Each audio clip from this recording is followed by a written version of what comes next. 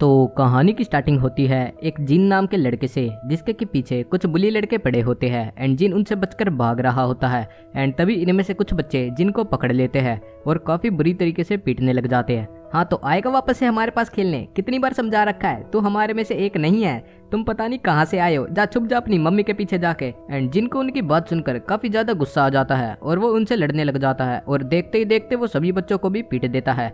तभी उसकी मम्मी आ जाती है और बोलती है कि जिन रुक जाओ यहीं पे और चलो मेरे साथ घर पे। एंड घर पर जाकर जिन की मम्मी उसे काफी सारा लेक्चर सुनाती है और बोलती है कि तुम्हारे अंदर इतनी अकल होनी चाहिए कि ये कजामा फाइटिंग स्टाइल किसी भी नॉर्मल ह्यूमन पे यूज नहीं करना होता। अगर तुम अभी उन बच्चों में से किसी भी एक को मार देते तो हम काफी बड़ी मुसीबत में फंस जाते। एंड जिन भी उन्हें सॉरी बोलता है। फिर वो उसे आगे समझाते हुए बोलती है कि मुझे पता है वे बच्चे तुम्हें काफ़ी बुली करते हैं, बट तुम्हें अपने एंगर पे कंट्रोल रखना चाहिए। जिस दिन तुमने ये आर्ट सीख ली उस दिन तुम इस दुनिया के सबसे महान इंसान बन जाओगे। एंड जिन इनकी बातें सुनकर काफ़ी खुश हो जाता है और अपनी मम्मी से पूछता है कि हाँ तो मोम, क्या आप मुझे बता सकती हो कि हम यहाँ पर क्यों मूव कर गए जबकि हम अपने विलेज में ही रह सकते थे। तब उसकी मम्मी बोलती है कि बेटा तुम पढ़ लो। तब जिन बोलता है कि हे मॉम, प्लीज़ आप मेरे को बता दो, आप कभी मेरे डैड के बारे में भी मुझे नहीं बताती, प्लीज़ आप मेरे को एक बार तो बता ही दो, कम से कम उनका नाम तो आप बता ही सकते हो। तब उसकी मम्मी बोलती है कि हाँ तो हमें कौन सा सब्जेक्ट पढ़ना था, इंग्लिश या मैथ, और वो जिन की बात को वापस से टाल देती है। अब जिन की पढ़ाई खत्म हो जाती है एंड फिर उसकी मम्मी उसे ट्रेन करने लग जाती है। एंड जिन और उसकी मम्मी एक स्पारिंग सेशन करते हैं जिसमें कि जो जिन है वो अपनी मम्मी से बुरी तरीके से हारता है।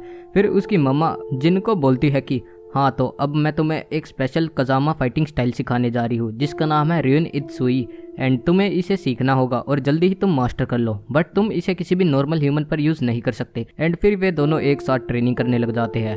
एंड वापस से एक और स्पारिंग सेशन के लिए जिन उन्हें चैलेंज करता है। एंड फिर वापस से जिन एक भी किक उन्हें कनेक्ट नहीं कर पाता। अब फिर जिन की मम्मी उसे वापस से घर के अंदर ले जाती है और खाना बनाना स्टार्ट कर देती है। फिर जिन वापस से अपने होम टाउन अफ्रीका के बारे में पूछने लग जाता है और उसकी मम्मी उसे काफ़ी सारी बातें बताती है कि वहाँ पर कैसा खाना मिलता है। और तभी इन दोनों को बाहर से कुछ चिल्लाने की आवाज़ आती है और ये दोनों जब बाहर जाकर देखते हैं तो उन्हीं बुली लड़कों में से जिन्हें जिन ने अभी अभी थोड़ी देर पहले पीटा था उनमें से एक का फादर आया हुआ होता है।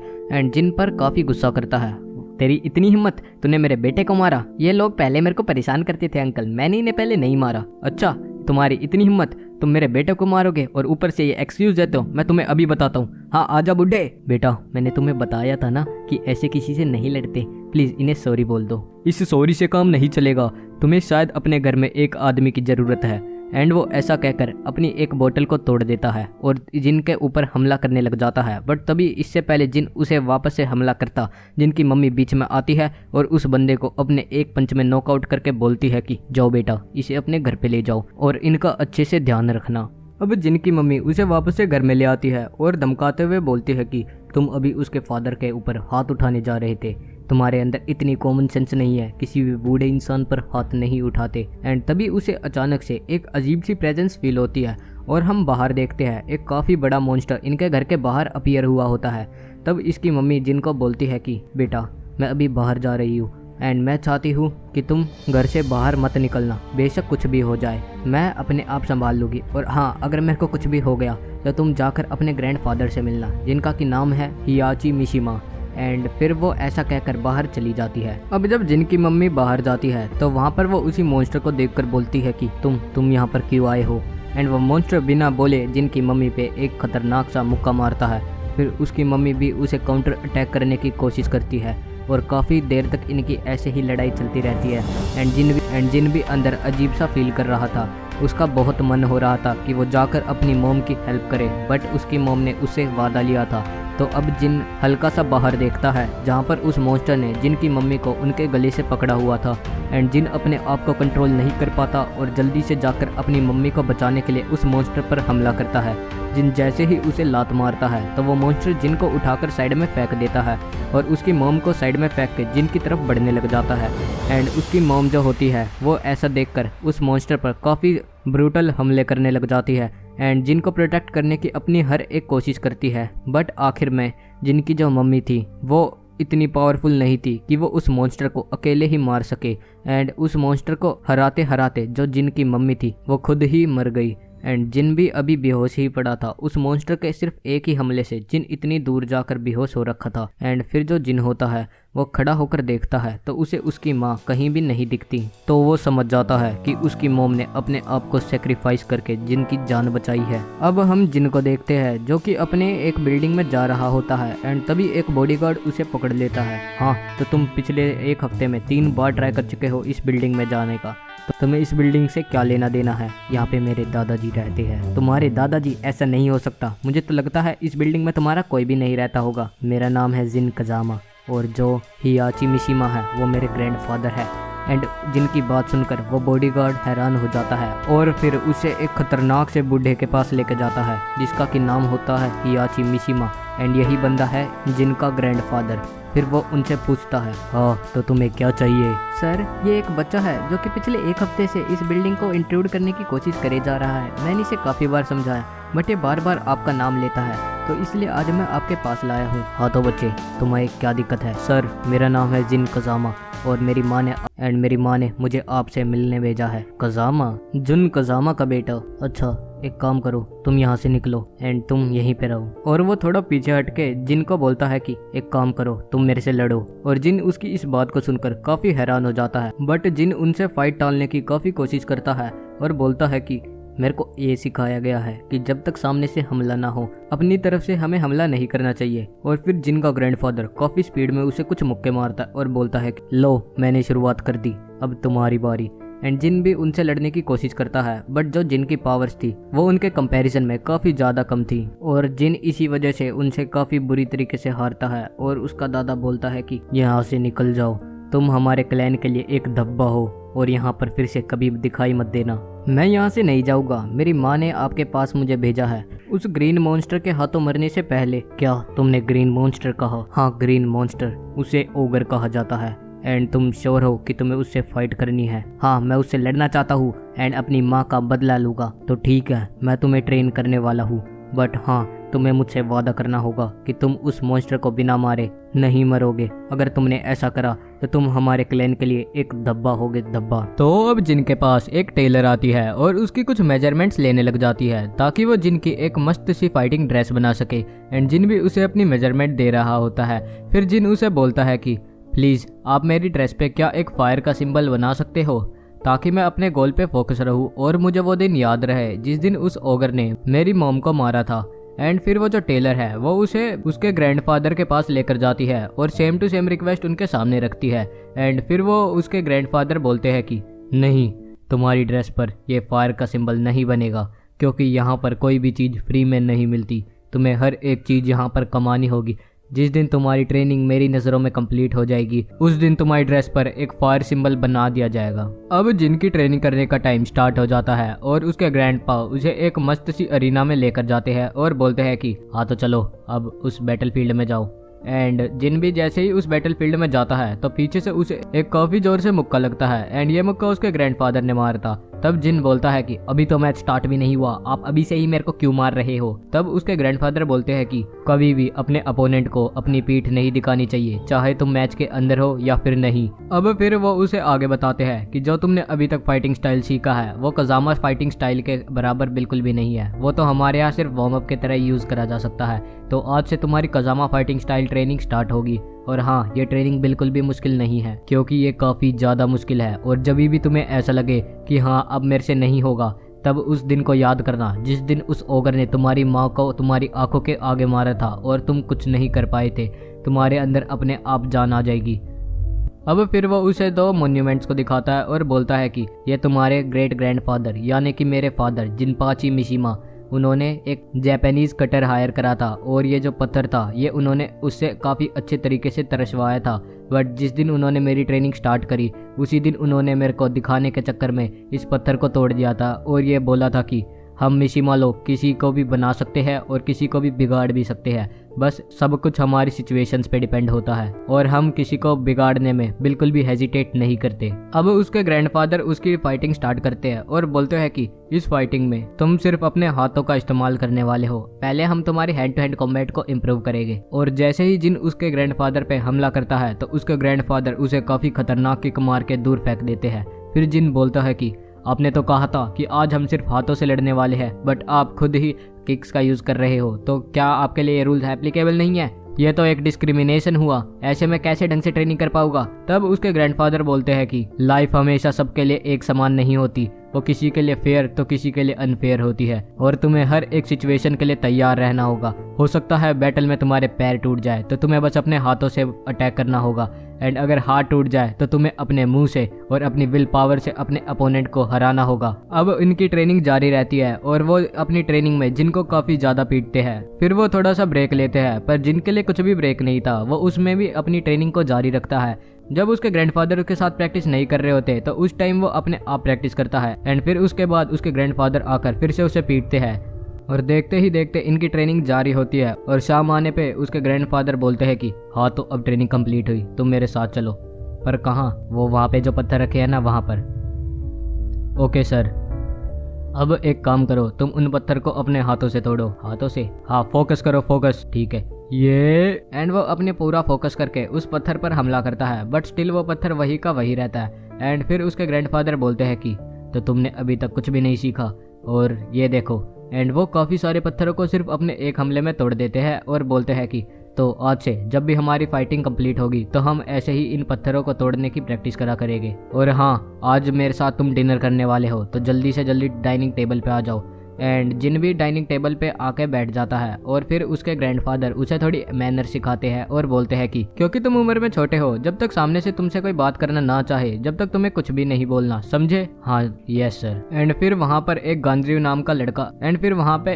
नाम का बंदा आता है और मिशिमा को देखकर बोलता है कि हाँ सर, मैंने उसे ढूंढ लिया। एंड फिर मिशिमा उसे डाइनिंग टेबल पे बैठने के लिए बोलता है, और फिर वो बैठकर उन्हें एक पेंडेंट दिखाता है और बोलता है कि सर, इसे हमने फाइनली आपके लिए ढूंढ ही निकाला, जैसा कि आपने हमें बोला था। एंड फिर मिशिमा उसे लेने की कोशिश करता है, बट गानरयू उसे बीच में ही रोक देता है और बोलता है कि सर, एक्चुअली जब हम इसे ढूंढ रहे थे तो बीच में ही हमें कुछ अनसर्टेन एक्सपेंसेस को फेस करना पड़ा, तो प्लीज आप पहले हमारी उन एक्सपेंसेस की पेमेंट कर दे, उसके बाद ही आप इसे छू सकते हैं। एंड मिशिमा को उसे देखकर काफी गुस्सा आता है और बोलता है कि अगर तुम्हारे कुछ एक्सपेंसेस हुए हैं तो वो तुम्हारी गलती है, मैं सिर्फ उतने ही पैसे दूंगा जितने की डील हुई थी। फिर गानरयू वहां से उठकर जाने लग जाता है और बोलता है कि ऐसी बात है तो मैं इसके लिए कोई दूसरा बायर ढूंढ लूंगा, एंड वैसे भी इस कीमती चीज के काफी सारे बायर हो गए। तभी मिशिमा को गुस्सा आ जाता है और वो जिन को बोलता है कि हाँ तो जिन, जाओ इससे ये पेंडेंट छीन लो। एंड जिन खड़ा होकर फाइटिंग स्टांस में आ जाता है, और गानरयू जिन को काफी ज्यादा अंडर एस्टिमेट करता है और बोलता है कि क्यों मिशिमा, कमर वमर में दर्द हो रहा है क्या? लग रहा है अब ये फाइटिंग वाइटिंग तुम्हारे बस की नहीं है, जब ही तो तुमने मेरे सामने इतने छोटे से अपोनेंट को खड़ा कर दिया। एंड वो अपनी जेब में से एक चाकू निकाल लेता है और जिन पे हमला करने लग जाता है। एंड जिन स्टार्टिंग में तो उससे थोड़ा हार रहा था, बट एकदम से जिन उस पर थोड़े से सीरियस पंचेस करके उससे वो पेंडेंट छीन के अपने ग्रैंडफादर को दे देता है। फिर उसका ग्रैंडफादर उसे बोलता है कि चलो अब इसे खत्म कर दो। क्या मैं इसे खत्म कर दूं? क्यों, सुनाई नहीं दिया क्या? मेरे को वापस से बोलने की आदत नहीं है, इसे खत्म कर दो। ठीक है, जैसा आप बोलो। और वो कुछ फाइनल ब्लोज मार के उसे खत्म कर देता है। अच्छा, तो तुम मुझे ये बता सकते हो कि अभी अभी तुम पहले हेजिटेट क्यों कर रहे थे? हेजिटेशन एक वीक आदमी का सिग्नल है, और हम मिशिमा कभी भी वीक नहीं हो सकते। एंड फिर अब हम अगले दिन का सीन देखते हैं, जहाँ पर हियाशी मिशिमा अपने असिस्टेंट से बात कर रहा था।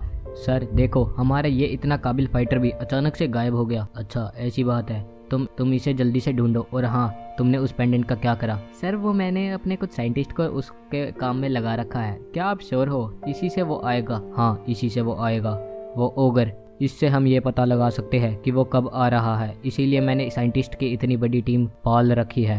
एंड तभी वहाँ पर जिन आ जाता है, और जिन उन्हें देखकर बोलता है कि सर, आज की ट्रेनिंग का टाइम हो गया, क्या आप मेरे साथ चलोगे? एंड उसकी असिस्टेंट बोलती है कि अभी सर थोड़े बिजी है, तो आप कुर्सी पे आकर बैठ जाओ अभी आज। एंड तभी उसका ग्रैंडफादर बीच में ही रोक के उसे बोलता है कि नहीं, जाकर वहाँ पे चेयर बनने के स्टांस में खड़े हो जाओ। एंड जिन ऐसा ही करता है, और आधे घंटे बाद वे दोनों वापस से बैटल अरीना के अंदर जाते हैं। और अब वो उसे बॉक्सिंग रिंग में ले जाकर बोलता है कि जिस दिन तुम यहाँ से अपने 2 पैरों पर खुद ही चल के निकलोगे, उस दिन तुम उस ओगर से लड़ने के लिए तैयार हो जाओगे। एंड मैं वर्ल्ड आयरन फिस्ट टूर्नामेंट भी ऑर्गेनाइज करवा दूंगा, जिससे कि वो ओगर बाहर आए, पर उसके लिए तुम्हें पहले ये छोटा सा टास्क कंप्लीट करना पड़ेगा। और हाँ, आज की फाइट में तुम सिर्फ अपने लेग्स का इस्तेमाल करोगे। एंड उनकी ट्रेनिंग वापस से स्टार्ट हो जाती है। अब देखते ही देखते 4 साल बीत जाते हैं। एंड इन 4 सालों में जो जिन था वो काफी तकलीफों से गुजरा था, यहाँ तक कि जब वो स्कूल जाया करता था उसके मुंह पर इतनी सारी बैंडेजेस हुआ करती थी। एंड आज तक वो कभी भी उस रिंग से 2 पैरों पर नहीं जा पाया। बट आज फाइनली वो दिन है जिस दिन जिन अपने 2 पैरों पर उस रिंग से बाहर निकल कर जा रहा है। और हम ये भी देख सकते हैं कि जिन की जो पैंट्स है उन पर एक फायर टैटू आ चुका है। इसका मतलब जो जिन था उसने अपने ग्रैंडफादर को इम्प्रेस कर दिया है। एंड फिर 4 साल बाद फाइनली वो उसकी क्लास डिसमिस कर देता है। बट जो जिन था वो उसे एक स्पारिंग सेशन के लिए चैलेंज कर देता है और उसका ग्रैंडफादर भी उसके इस चैलेंज को एक्सेप्ट करके उससे काफी ब्रूटली लड़ने लग जाता है। एंड स्टार्टिंग से ही जिन उस पर काफी ज्यादा भारी पड़ रहा था। एंड फाइनली जिन का एक ब्लो उसके मुंह से खून निकाल देता है और वो फाइनली अपने ग्रैंडफादर को हरा देता है। एंड फिर वो बड़े ही एटीट्यूड में उस रिंग से बाहर निकलता है और जाते हुए अपने एक दूसरे वाले मोन्यूमेंट को तोड़ देता है और वहां से चला जाता है। एंड उसके ग्रैंडफादर बोलते हैं कि Miss Miura world iron fist tournament organise करवाने की अब सारी तैयारी करो। और जिन उस टूर्नामेंट में हिस्सा लेने के लिए पेरू में चला जाता है, जहाँ पर एयरपोर्ट पे मिस म्यूरा उसका इंतजार कर रही होती है। एंड फिर वो उसे बोलती है कि आज से 2 दिन बाद वर्ल्ड आयरन फिस्ट टूर्नामेंट है। एंड फिर जिन उससे अपने ग्रैंडफादर के बारे में पूछता है, बट वो बोलती है कि तुम्हें सभी लोगों को ये बताने की जरूरत नहीं है कि तुम मिस्टर मिशिमा से रिलेटेड हो। अगर तुमने ऐसा करा तो तुम सारे बंदों के टारगेट बन जाओगे। अब तभी हम जिन के पीछे एक और बंदे को देखते हैं और वो बंदा बोल रहा होता है, अरे यार मैंने अपनी पूरी इस ट्रिप की ऐश तैसी कर ली, मेरे को किस बेवकूफ़ के साथ बिठा रखा था। एंड ये यहाँ पर जिन की बात कर रहा था। एंड जिन और उसमें थोड़ी दुश्मनी स्टार्ट हो जाती है। तभी मिस म्यूरा उन्हें रोकती है और उन्हें सारे फाइटर से इंट्रोड्यूस करवा देती है। अब इन सारे फाइटर्स को Miss Miura iron fist tournament वाली बैटलफील्ड के दर्शन करवाने के लेके जाती है। एंड जो जिन होता है वह पिछले कुछ टूर्नामेंट्स की क्लिप्स देख रहा होता है, जहाँ पर वो अपने फादर की फाइट देखता है जो कि उसके ग्रैंडफादर से फाइट कर रहे थे। एंड इसके साइड वाला होवैंग नाम का ये बंदा बोलता है कि हाँ मुझे पता है इस फाइट की तुम्हें एंड देखनी है, बट जो मिशिमा ग्रुप है उसने इसे काफी सालों पहले टेकन डाउन करवा दिया था। एंड अब ये तुम्हें कहीं नहीं मिलेगी क्योंकि वो जो एंड फाइट थी वो काफी ज्यादा ब्रूटल थी। एंड हाँ तुम्हें ये सामने वाले फियोनिक्स वाले बंदे से काफी संभल कर रहना पड़ेगा क्योंकि इसने पिछली बार काजुया मिशिमा को काफी अच्छा काउंटर करा था। बट जो जिन होता है वो अपने फादर के बारे में उस फियोनिक्स से पूछने लग जाता है। बट वो असिस्टेंट बोलती है कि फाइटर्स प्लीज आप अपनी फाइट पे ध्यान दे। एंड वो जो आप काजुया की बात कर रहे हैं वो कुछ सालों पहले आयरन फिस्ट टूर्नामेंट में मर गए थे, उसे हमारे हियाशी मिशिमा ने मार दिया था। एंड फिर वो फाइनली उन्हें उनकी डेस्टिनेशन पर ले जाती है, आयरन फिस्ट टूर्नामेंट वाली जगह पर। एंड सारे फाइटर्स एक दूसरे के आमने सामने होते हैं। एंड फिर जब इनके जाने का टाइम हो जाता है तो जिन मिस म्यूरा के पास जाता है और बोलता है कि मिस म्यूरा मुझे अपने ग्रैंडफादर से बात करनी है। एंड वो उसे बताती है कि उसके ग्रैंडफादर कहाँ मिलेंगे। एंड जिन उनके पास जाता है और बोलता है कि तो यहाँ पर सारा काम होगा है ना? हाँ होना तो चाहिए, बट मैं इस बात को लेकर चिंतित हूँ कि यहाँ पर ओगर आएगा या फिर नहीं। क्यों, क्या वो यहाँ पर नहीं आएगा? हाँ अगर तुमने ढंग से लड़ाई करी तो वो यहाँ पर जरूर आएगा क्योंकि ओगर फाइटिंग स्पिरिट से अट्रैक्ट होता है। ओगर को तो छोड़ो, तुम मुझे ये बता सकते हो कि मेरे फादर काजुया मिशिमा को क्या हुआ था? तुम्हारा माइंड अभी भी पास्ट में अटका हुआ है, तुम्हें अभी फाइनली इस टूर्नामेंट के बारे में सोचना चाहिए, ना कि अपने पास्ट के बारे में। फोकस करो। और वो ऐसा कहकर वहाँ से चले जाते हैं। अब फाइनली वो दिन आ जाता है जिस दिन आयरन फिस्ट टूर्नामेंट स्टार्ट होना था। और ये टूर्नामेंट काफी बड़ा होता है। ये टूर्नामेंट इतना बड़ा होता है कि ये पूरे दुनिया में सभी लोगों को दिखाया जाता है। और फिर वो जो मिस म्यूरा होती है वो अनाउंसमेंट करती है, इस शो के स्पॉन्सर हमारे हियाशी मिशिमा अभी आके आप लोगों को स्पीच देंगे। एंड फिर हियाशी आके उन्हें स्पीच देता है और वो इसी स्पीच में एक पार्टी की अनाउंसमेंट भी कर देता है। एंड फिर इसके बाद इन लोगों के सामने काफी बढ़िया बढ़िया खाना ला दिया जाता है। अब जो जिन होता है वो वहाँ से जाने लग जाता है। एंड होवेंग उसे ट्रोल करते हुए बोलता है कि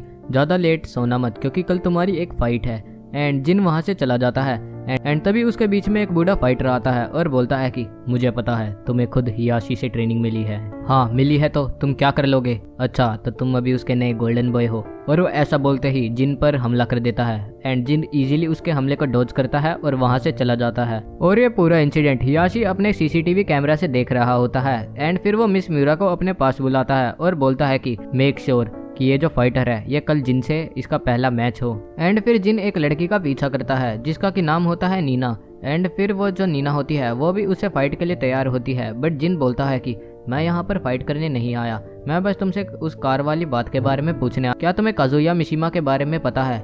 क्या तुमने उनकी पिछली फाइट देखी थी? तब नीना बोलती है कि नहीं मैंने उसकी फाइट नहीं देखी थी, बट मुझे इतना पता है जो काजुया मिशिमा की जो ब्लड लाइन है वो सारे इविल है। और वो ऐसा बोलकर वहाँ से चली जाती है।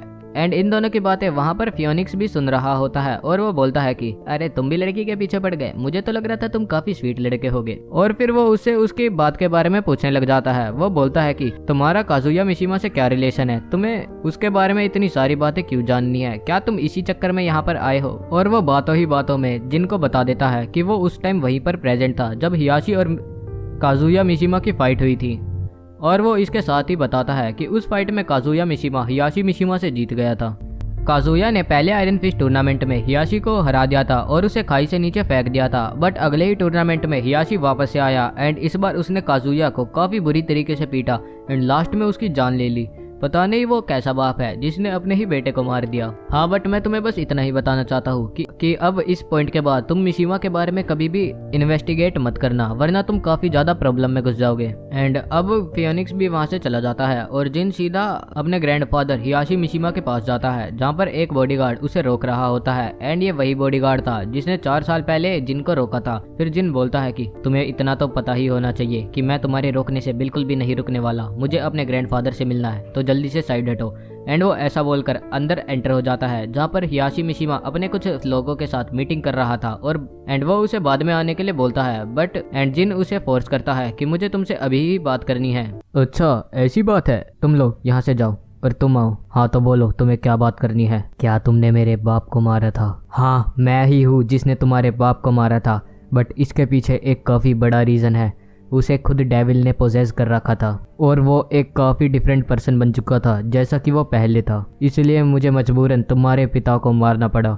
बट इसके पीछे का रीज़न मैं जानने के लिए काफ़ी ज़्यादा क्यूरियस था, तो इसी वजह से मैंने काफ़ी सारी रिसर्चेस करवाई एंड फाइनली आज मेरे पास एक आंसर है कि तुम्हारे फादर के अंदर इतना बड़ा चेंज कैसे आया था। एंड उसका आंसर है डेविल जीन। क्या डेविल जीन?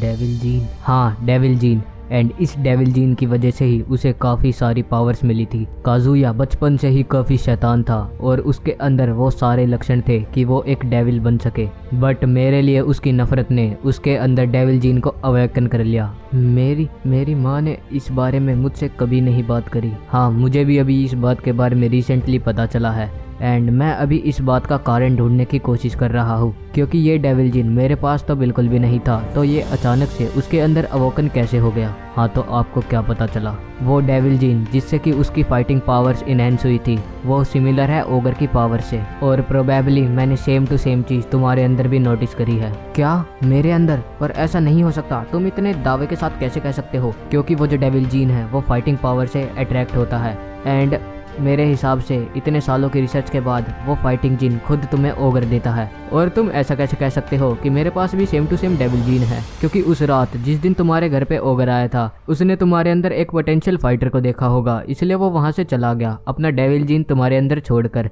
क्या तुम्हारी उस रात से पहले कभी फाइट हुई थी? हाँ मैंने कुछ बल्ली लड़कों को पीटा था। अच्छा तो अब तुम्हें समझ में आ गया कि उस रात ओगर का हमला क्यों हुआ था। हाँ इसका मतलब है मेरी माँ की जान ओगर ने नहीं मैंने ली है, मेरे कारण ही मेरी माँ की मौत हुई। अभी ये बात डिप्रेस होने की नहीं है, तुम्हें अब अपनी फाइटिंग पे ध्यान देना चाहिए ताकि तुम उस ओगर को अट्रैक्ट कर सको और उसे कन्फ्रंट करके मार सको और अपनी माँ का बदला ले सको। और हिसाशी ऐसा बोलकर वहाँ से चला जाता है और बाकी सारे फाइटर्स भी कल की फाइट के लिए तैयार हुए होते हैं। एंड हियाशी अपनी असिस्टेंट के पास जाता है और उससे बात करता है कि कैसे वो इस टूर्नामेंट के दौरान ओगर को पकड़ लेंगे और उसकी सारी पावर्स के बारे में सारी चीज़ जान लेंगे, बेशक जिन उसे हरा पाए या फिर नहीं। और इस काम के लिए उन लोगों ने एक स्पेशल सेल भी बनाया था जो कि ओगर की सारी पावर्स को न्यूट्रलाइज कर सके। अब हम नेक्स्ट दिन का सीन देखते हैं जहाँ पर अब फाइनली इन लोगों के बीच में फाइट होने वाली थी एंड जिन भी एक शांत सी जगह पर जाकर अपना हेड क्लियर कर रहा होता है। तभी वहाँ पर शोयू नाम की एक लड़की आती है और जिन को बोलती है कि हाँ तो मेरे हीरो, तुम्हें पता है कि तुम किसके सामने खड़े हो? Queen of the iron fist के।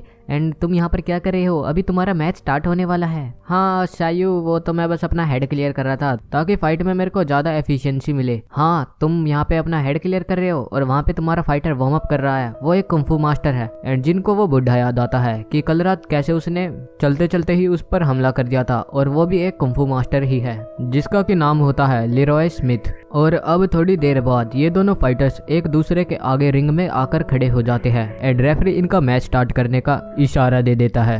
और मैच स्टार्ट होते ही लिरोय जिनको काफी ज्यादा बुरा पीटने लग जाता है, वो जिनकी काफी बुरी हालत कर देता है। एंड तभी जिनको अपनी माँ की याद आती है कि कैसे वो ओगर के सामने कितनी बुरी तरीके से हारी थी एंड इसकी कीमत उन्हें अपनी जान देकर चुकानी पड़ी थी। एंड जिन में काफी ज्यादा गुस्सा आ जाता है और फिर वो लिरोय को हवा में उड़ाकर काफी सारे मुक्के मार देता है। एंड लिरोय काफी ज्यादा बुरी हालत में हो जाता है, बट वो बोलता है कि हियाशी को इस बात की कीमत चुकानी पड़ेगी। एंड वो खड़ा होके वापस से जिन की तरफ बढ़ता है और काफ़ी सारे सीरियस पंचेस जिन पर मारने लग जाता है। एंड जिन भी उस पंचेस को अपने किक से काउंटर करता है और फिर लिरोय जमीन पर बैठ जाता है। एंड जिन बोलता है कि अब चुपचाप जमीन पर ही पड़े रहो क्योंकि तुम ये मैच हार चुके हो। नहीं, मैं अपना एक मैच कभी भी नहीं हारूंगा, ये लो।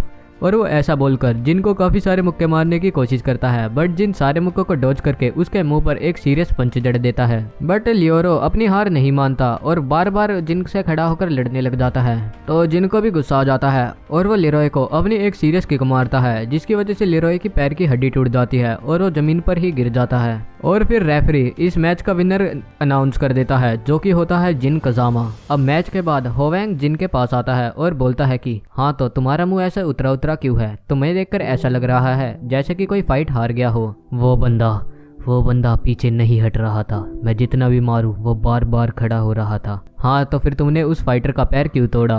वो अपने पर्सनल रीजंस को फाइट के बीच में शो कर रहा था और मेरे पास और कोई चॉइस नहीं थी। हाँ, थी तुम्हारे पास और कोई चॉइस, बट तुमने चूज करा कि तुम उसका पैर तोड़ दो। हाँ, वो जहाँ पर तुम्हें दर्द दे हमें भी वहीं पर उन्हें दर्द देना चाहिए। तो हियाशी ने तुम्हें काफी सारी चीजें सिखाई है एंड तुम अभी उसके छोटे रूप लग रहे हो, बट मैं तुम्हें बताना चाहता हूँ यहाँ पर जितने भी फाइटर्स हैं उन सब के ही कुछ ऐसे ही रीजंस है, बट फिर भी ये इन रीजंस को फाइट के बीच नहीं लाते एंड अपने अपोनेंट की रिस्पेक्ट करके फाइट करते हैं। बट आज तुमने उसका पैर तोड़कर अच्छा नहीं करा। और फिर अगली फाइट की अनाउंसमेंट होती है, जो कि होती है शायोयू और नीना के बीच में। और हम इन सब की फाइट नहीं देखते, हम डायरेक्ट इनके विनर्स को देखते हैं। तो एक विनर होती है जूलिया नाम की लड़की, दूसरी विनर होती है एना विलियम्स, तीसरा विनर होता है किंग नाम का ये बंदा, और फिर फाइनली शायो और नीना की फाइट होती है। अब जिन शायो को नीना के बारे में वार्न करता है और बताता है ये एक हायर्ड किलर है एंड तुम्हें इसे संभल कर रहना चाहिए। और फिर शायो नीना को देखकर बोलती है कि ये लड़की ये तो एक काफी सीरियस लड़की लग रही है, मेरे को ये किलर किसी एंगल से नहीं लग रही। एंड जब मैं इस प्राइज मनी को जीत जाऊंगी तो मैं एक अम्यूजमेंट पार्क खोलूंगी जहाँ पर मैं सबसे पहले नीना को बुलाऊंगी ताकि वो अपनी शक्ल शीशे में देख सके कि उसकी स्माइल कितनी क्यूट हो सकती है। और फिर इनकी फाइट स्टार्ट हो जाती है एंड फाइट स्टार्ट होते ही नीना शायू पर काफी सारे हमले करने लग जाती है और फिर नीना शायू पर काफी सारी किक्स फेंकती है, बट शायू सारी किक से बच रही होती है। एंड जिन हियाशी से बोलता है तुम्हें एक बच्ची को पार्टिसिपेट नहीं करने देना चाहिए था। एंड हियाशी बोलता है कि यही तो डिफरेंस है तुम्हारे और शायो के बीच में। शायो अपने अपोनेंट से लड़ते लड़ते एक काफी अच्छी स्ट्रेटेजी बनाती है जिसके कारण वो हमेशा हर एक मैच आज तक जीती है और आज के इस मैच में भी वो यही कर रही है। वो नीना को ज्यादा से ज्यादा इधर उधर दौड़ा रही है ताकि वो नीना को जल्दी थका सके।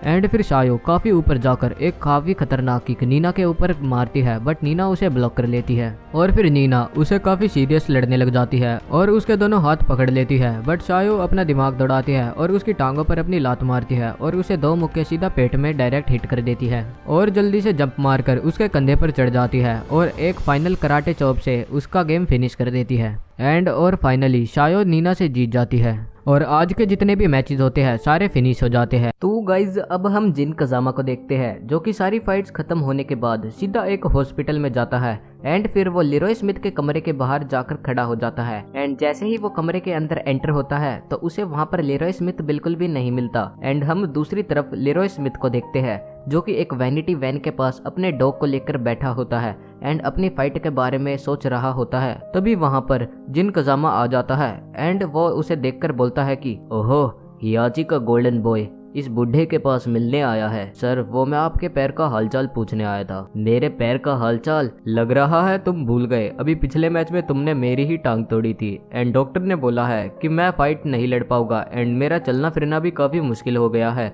एंड इन सब का कारण सिर्फ और सिर्फ तुम हो। नहीं सर, मेरे हिसाब से आप इजीली चल पाओगे एंड आपका फाइटिंग स्टाइल भी थोड़ा बहुत चेंज करने के बाद आप टूर्नामेंट भी वापस से कंटिन्यू कर पाओगे। अब हियाची का गुंडा बताएगा मेरे को कि मेरे को क्या करना है क्या नहीं। मैं हियाची का गुंडा नहीं हूँ सर। अच्छा, ऐसी बात है तो क्या तुम मुझे बता सकते हो हियाची तुम्हें पर्सनली ट्रेन क्यों कर रहा है? सर, वो थोड़ा पर्सनल रीजन है। पर्सनल रीजन क्या ऐसी तैसी करवाने? पर मैं तुम्हें बता दूं, ये जो हियाची है ये काफी ज्यादा चालू इंसान है एंड ये सभी बंदों को अपने फायदे के लिए यूज करता है। क्या तुम्हें पता है कि अपनी पूरी फैमिली को अपनी आंखों के आगे खत्म होने का दुख क्या होता है? हाँ सर। नहीं, तुम्हें नहीं पता, पर मैं तुम्हें बता दूं, मेरी पूरी फैमिली को मेरी आंखों के आगे मरवा दिया गया एंड इन सब के पीछे बस एक ही इंसान था, तुम्हारा ट्रेनर हियाची मिशिमा। और लग रहा है उसने तुम्हें ढंग से ट्रेनिंग नहीं दी। अगर दी होती तो आज तुम मेरी टूटी हुई टांग के बारे में पूछने नहीं आते। हाँ बिल्कुल ठीक कहा तुमने। एंड वहाँ पर हियाची मिशिमा आ जाता है। जिन,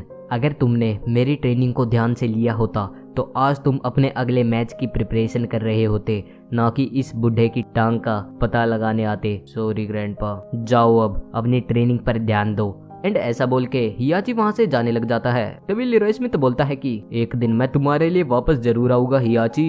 अगर तुम्हें मुझसे भिड़ना है तो तुम्हें एक मैच को हारने से ज्यादा बेहतर करना पड़ेगा मेरे दोस्त, वरना तुम मेरे टाइम के काबिल नहीं हो। एंड वो ऐसा बोलकर वहां से चला जाता है। तो फिर हम जिन को देखते हैं जो कि हियाची के साथ एक जगह चल रहा था। एंड हियाची उसे बोलता है कि जिन, मैंने तुम्हें कितनी बार समझाया है कि तुम ऐसे किसी फाइटर से मत मिला करो क्योंकि तुम ऑलरेडी सबका टारगेट हो, पर मैंने उसकी टांग तोड़ दी थी। तुम पुरानी बातों को ध्यान इतना क्यों करते हो? अगर टूट गई तो टूट जाने दो, बट तुम अपने ओगर पे फोकस करो। तुम ऐसा समझो कि तुम इस अरीना में जितनी भी फाइट्स जीतोगे तुम एक स्टेप क्लोजर बढ़ जाओगे उस ओगर से लड़ने के लिए। ओके, तो अब इसी के साथ नेक्स्ट फाइट की भी अनाउंसमेंट हो जाती है, जो कि होती है जिन कजामा एंड होवेंग के बीच। एंड ये दोनों लोग एक दूसरे के पहले से दोस्त है एंड अब इन दोनों का रीमैच हो रहा है क्योंकि इससे पहले भी ये दोनों पहले लड़ चुके थे। अब रेफरी के इशारे पर दोनों ही फाइटर्स अपनी अपनी फाइटिंग स्टांस में आ जाते हैं और फाइट को स्टार्ट करते हैं, जहाँ पर होवेंग काफी सारे किक्स का कॉम्बिनेशन मारता है, बट जो जिन था वो उसके एक भी किक को काउंटर नहीं करता। एंड इसका रीजन ये था क्योंकि वो अपने पास्ट के बारे में सोच रहा होता है, क्योंकि उसकी मॉम ने सिखाया था कि हमें अपनी पर्सनल फीलिंग्स कभी भी मैच के बीच में नहीं लानी चाहिए। एंड वहीं पे उसके ग्रैंडफादर ने उसे बोला था कि अगर तुम इस रिंग में पूरे गुस्से के साथ नहीं लड़ोगे तो तुम्हारा जीतने का कोई भी चांस नहीं है।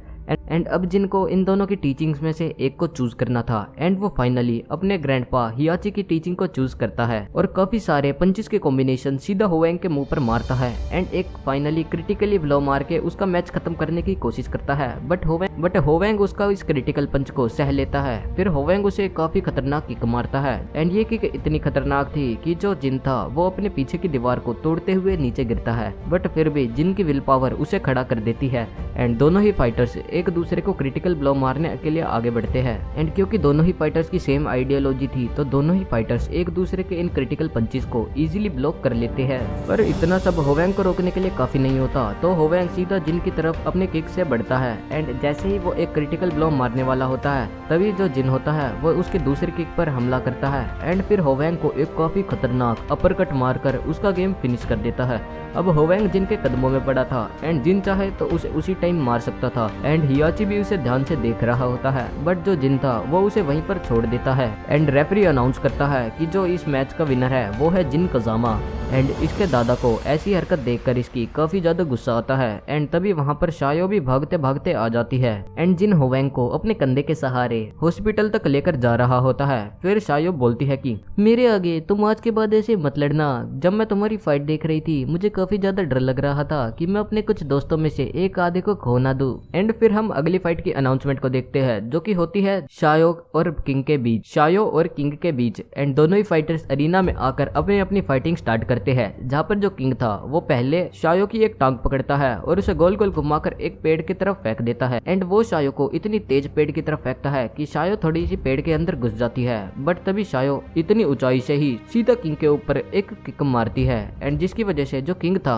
वो अनकॉन्शियस होते होते रह गया था। एंड फिर शायो किंग को काफी सारी किक्स मारती है, बट जो किंग था वो इसी किक में से एक किक को पकड़ लेता है एंड शायो को अपने कंधे पर उठाकर एक काफी गजब की सुप्लेक्स मारता है, जिसकी वजह से जो शायो थी वो अनकॉन्शियस होकर इस मैच को हार जाती है एंड इस मैच का विनर होता है किंग। एंड मैच खत्म होते ही होवेंग और जिन अरीना में भागते भागते आते हैं और शायो के पास एक डॉक्टर को भी लेकर आते हैं एंड जिन की इन सारी हरकतों को हियाची मिशिमा अपने कैमरा से देख रहा था। फिर शायो की आंख हॉस्पिटल में खुलती है एंड वो जब अपने साइड में देखती है तो वहाँ पर जिन बैठा होता है। हाँ, तो मैं तुम्हें ये बोल रही थी कि तुम अब मेरे को सुनाने मत लग जाना कि मैं एक छोटी लड़की हूँ जिसे कि इस अरीना में नहीं आना चाहिए था। अरे नहीं, मैं पागल हो गया? मैं इतनी गजब की फाइटर को ऐसा बोलूंगा एंड डिमोटिवेट करूंगा।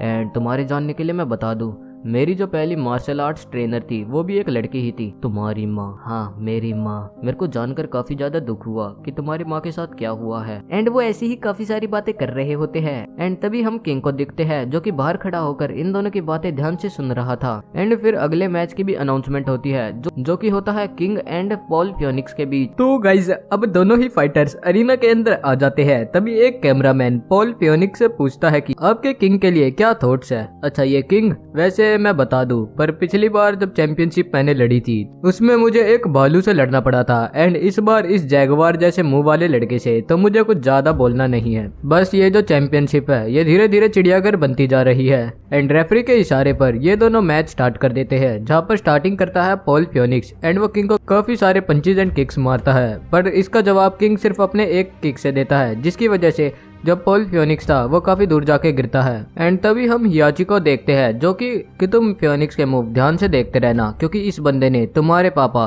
काजुया मिशिमा को लगभग हरा ही दिया था, बट वो तो उसका डेविल जिन था जिसकी वजह से वो इस बंदे से सरवाइव कर गया। एंड जिन भी उसे काफी हैरानी से देख रहा होता है। फिर वो आगे बताता है कि एंड हाँ, इस किंग पर भी तुम ध्यान रखना, क्योंकि ये जो किंग है हमारे रिकॉर्ड के हिसाब से इसे आज से 1 साल पहले ओगर ने मार दिया था एंड ये कोई इम्पोस्टर है। तो अगर इन दोनों में से कोई भी मैच जीतता है तो फिर वो तुम्हारा मैच काफी खतरनाक होने वाला है। एंड देखते ही देखते दोनों फाइटर्स भी काफी अच्छी लड़ाई लड़ रहे होते हैं। तभी अचानक से जो फियोनिक्स होता है वो एक पावरफुल पंच सीधा किंग के मारता है एंड जिसकी वजह से जो किंग था वो थोड़ा दूर जाके खड़ा हो जाता है। बट किंग को देखकर ऐसा लग रहा था जैसे कि वो किसी के वश में हो एंड उसका इस पंच के खिलाफ कोई भी रिएक्शन नहीं आता। इसके बाद फियोनिक्स किंग पर वापस से हमला करता है एंड किंग ट्राई करता है उसे ग्रैपल करने का एंड फिर वो ऐसे ही उसे एक पटके दे देता है।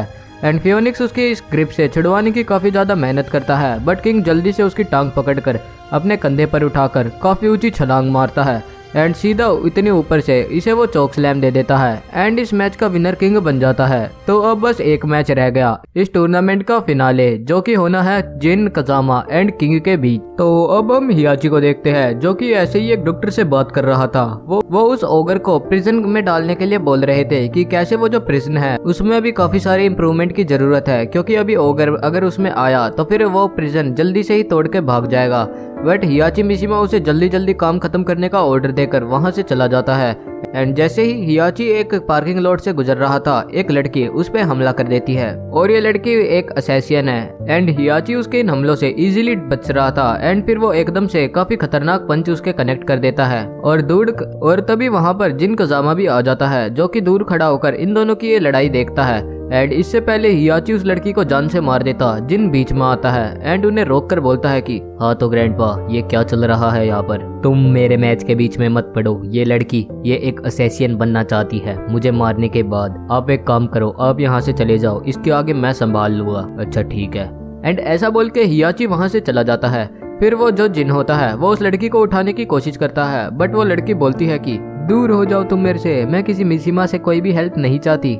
मैंने अभी देखा तुमने कैसे हियाची को ग्रैंडफादर बोला था, इसका मतलब तुम उस डेविल काजुया मिशिमा के बेटे हो। हाँ, मैं काजुया मिशिमा का बेटा हूँ, बट तुम मुझे बता सकते हो तुम हियाची को क्यों मारना चाहती हो? हाँ, मैं उससे अपनी माँ का पेंडेंट छीनना चाहती हूँ। पेंडेंट? हाँ मुझे पता है, तुमने उसे देखा होगा, वो पेंडेंट का काफी ज्यादा गलत यूज करने वाला है। नहीं, तुम्हें कुछ गलत फैमिली हुई है। वो उस पेंडेंट का यूज एक काफी खतरनाक इंसान को मिटाने के लिए करना चाहते हैं, ओगर, है ना? तुम्हें कैसे पता ओगर के बारे में? क्योंकि मेरी माँ ने मुझे बताया था एंड वो इस पेंडेंट से उसे कंट्रोल कर सकता है और फिर वो उसका यूज अपने इविल पर्पसेस के लिए करा करेगा। एंड तुम्हें क्या लगता है ओगर को इस दुनिया में किसने छोड़ा था? नहीं, ऐसा नहीं हो सकता। हियाची ने इस ओगर को इस दुनिया में कैसे छोड़ा होगा? इसके तो कोई चांसेस ही नहीं है। एंड फाइनली हम चैंपियनशिप को देखते हैं, जिसमें कि final match Jin, Kazama and King के बीच में होना था एंड पूरे वर्ल्ड के सारे लोग इस मैच को देखकर काफी ज्यादा खुश थे। एंड मैच के बीच जिन किंग को देखकर अपनी और उस लड़की की बात को याद करता है कि कैसे जब जिन ने बताया था कि वो इस मैच में किंग को हराकर उसे उसका पेंडेंट लौटा देगा, तब वो लड़की बोलती है कि ये जो किंग है ये काफी अच्छा लड़का है, इसने उस ऑर्फनेज के कुछ बच्चों को पाल रहा एंड वो इस टूर्नामेंट की प्राइज मनी को जीतकर उनके ऑर्फनेज को रिपेयर करवाना चाहता है। तो अब इन दोनों की फाइट स्टार्ट हो जाती है एंड फाइट की स्टार्टिंग में ही जो किंग होता है वो जिन पर भारी पड़ रहा होता है एंड वो उसे ग्रैपल कर लेता है और फिर वैसे ही इन दोनों फाइटर्स के बीच में फाइट जारी रहती है एंड देखते ही देखते किंग उस पर काफी भारी पड़ता है और उसे एक लात मारकर उसके वापस से अपनी पकड़ में जमा लेता है एंड फिर साथ ही साथ वो उसका एक हाथ भी तोड़ देता है एंड फिर जिन उसकी पकड़ से छूट जाता है एंड दोनों के बीच में काफी खतरनाक मैच चल रहा होता है एंड टूर्नामेंट में जितने भी फाइटर्स होते वे लोग इन दोनों का मैच देखकर काफी शौक हो रहे होते हैं। बट हियाची बार बार उस पेंडेंट को देख रहा था जिसमें कि कोई भी रीडिंग शो नहीं हो रही थी कि यहाँ पर ओगर आने वाला है। बट फिर जिन इस मैच को खत्म करने के लिए सीधा किंग के ऊपर जाता है, सीधा किंग के पास जाता है और उसे एक काफी भयानक घटना मारता है जिसकी वजह से किंग हवा में उड़ जाता है एंड फिर वो हवा में ही किंग पर थोड़ी सी लातें मारता है जिसकी वजह से किंग नॉकआउट हो जाता है एंड इस मैच का विनर जिन कजामा हो जाता है। और ऑफिशियली अभी आयरन फिस्ट टूर्नामेंट खत्म हो चुका है बट इस टूर्नामेंट में अभी तक ओगर की एंट्री नहीं हुई है। फिर जिन किंग को देखकर बोलता है कि मुझे इस प्राइज मनी में कोई भी इंटरेस्ट नहीं था, तुम चाहो तो सारी प्राइज मनी रख सकते हो। और वो ऐसा बोलकर वहां से जाने लग जाता है। बट तभी उसके लिए एक और कंपेटिटर आता है जो कि होता है उसका ग्रैंडपा हियाची मिशिमा, और वो बोलता है कि अगर तुम्हें ये टूर्नामेंट और वो प्राइज मनी जीतनी है तो तुम्हें पहले मेरे को हराना होगा। एंड फिर एक अनाउंसमेंट के बाद इन दोनों का मैच फिक्स हो जाता है और दोनों ही फाइटर्स अरीना के अंदर एंटर हो जाते हैं। बट कुछ फाइटर्स थे जो कि इन दोनों के मैच को अनफेयर बता रहे थे क्योंकि अभी जिन ने एक फाइट लड़ी है और वो काफी ज्यादा थका हुआ है एंड तभी ये हियाची मिशिमा ने इस थके हुए जिन को एक फाइट के लिए चैलेंज कर दिया। अब ये दोनों फाइटर्स जब आमने सामने खड़े होते हैं तो जिन बोलता है कि क्या तुमने इस ओगर को इस दुनिया में रिलीज करा? हाँ करा तो तुम मेरा क्या बिगाड़ लोगे? इसका मतलब तुमने करा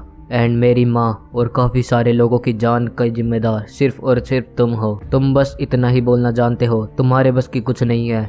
तुम इतने पैथेटिक हो कि ओगर तुम्हें अपना टाइम वेस्ट समझता है एंड इसी वजह से वो अभी तक इस टूर्नामेंट में आया नहीं है और मैं तुम्हें पीट कर इस ओगर को यहाँ पर बुलाना चाहता हूँ। एंड ऐसी फाइट इस दुनिया में किसी भी इंसान ने नहीं देखी थी क्योंकि ये दोनों एकदम जानवरों की तरह लड़ रहे थे, जहाँ पर कजामा मिशिमा पर काफी भारी पड़ रहा था। बट धीरे धीरे करके मैच का रुख बदल रहा था एंड हियाची मिशिमा जिन कजामा पर काफी भारी पड़ रहा था। वो उसके हर एक हमले को काउंटर कर रहा था एंड इसी के साथ उसे दुगनी स्पीड में पीट भी रहा था जिसकी वजह से जो जिन था वो काफी ज्यादा थक चुका था। अब हियाची को काफी ज्यादा गुस्सा आता है और वो उसे जान से मारने के लिए उतर आता है। फिर वो जिन को उठाकर एक काफी तगड़ा पंच मारता है जिसकी वजह से जिन एक अरीना की वॉल में जाकर गिरता है एंड अरीना की पूरी वॉल भी टूट जाती है। बट जिन को अपना पूरा फ्लैशबैक याद आता है एंड वो हर एक के सेक्रीफाइस को देखता है जिन लोगों को ओगर ने मार दिया था। फिर वो वापस से अपने पैरों पर खड़ा होता है एंड हम जिन की आंखों में उस डेविल जिन को देख सकते हैं। फिर वो दुगनी स्पीड में हियाची पर हमले करने लग जाता है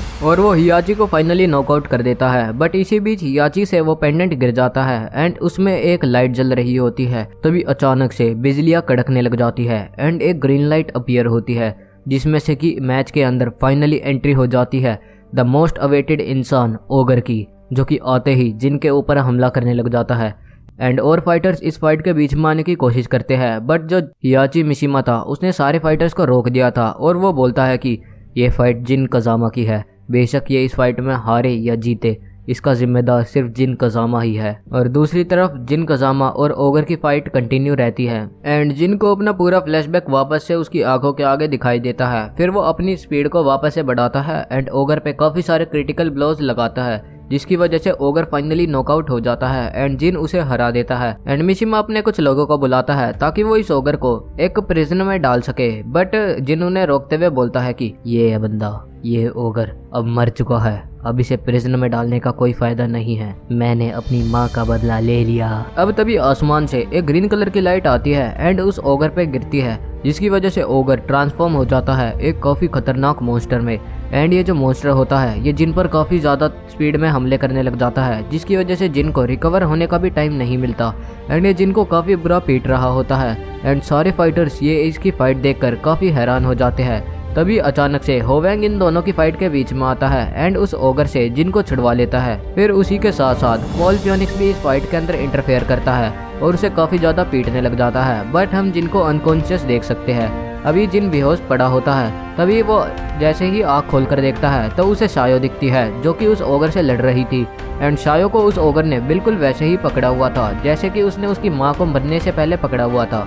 एंड जिन को ये सारी चीजें देखकर वापस से बहुत ज्यादा गुस्सा आता है एंड उसकी आईज वापस से रेड होने लग जाती है। फिर वो उस ओगर मॉन्स्टर पर उसी स्पीड में हमले करता है जैसे कि उसने इमेजिन करे थे एंड वो उसे काफी बुरा पीटने लग जाता है और फिर वो ओगर पे अपना एक हेडबट मार के उसे खत्म कर देता है। एंड हम आसमान से ग्रीन लाइट को जाते हुए भी देख सकते हैं। इसका मतलब फाइनली जिन ने अपनी माँ का बदला ले ही लिया। एंड तभी हियाची मिशिमा वहाँ पर आ जाता और वो अपने पोते जिन के ऊपर एक बंदूक को तान देता है और बोलता है कि इस दुनिया से मैं डेविल जिन को ख़त्म कर दूंगा। एंड आज तुम्हारी आखिरी फाइट थी। एंड ऐसा बोलकर वो जिन के ऊपर गोली चला देता है एंड जिन अब जमीन पर गिर जाता है और जिन का गुस्सा जिन के ऊपर मरने से पहले हावी हो जाता है, जिसकी वजह से जो जिन था अब वो एक काफी भयानक मॉन्स्टर में ट्रांसफॉर्म हो जाता है जैसा कि ओगर था। एंड फिर वो अपने दादा हियाची मिशिमा को काफी बुरा पीटता है एंड उनकी जान लेने के बाद शायो की तरफ एक रोने जैसी शक्ल में देखता है और फिर वहां से उड़कर कहीं दूर जाकर रहने लग जाता है। एंड हमारी वीडियो भी इसी के साथ ख़त्म हो जाती है। तो अगर आपको ये वीडियो अच्छी लगी हो तो इसे लाइक कर देना और अपने दोस्तों के साथ आप इसे शेयर भी कर सकते हो। एंड कमेंट सेक्शन में नेक्स्ट एनीमे में कौन सा एक्सप्लेन करूँ वो भी आप सजेशन दे सकते हो। Till then bye bye.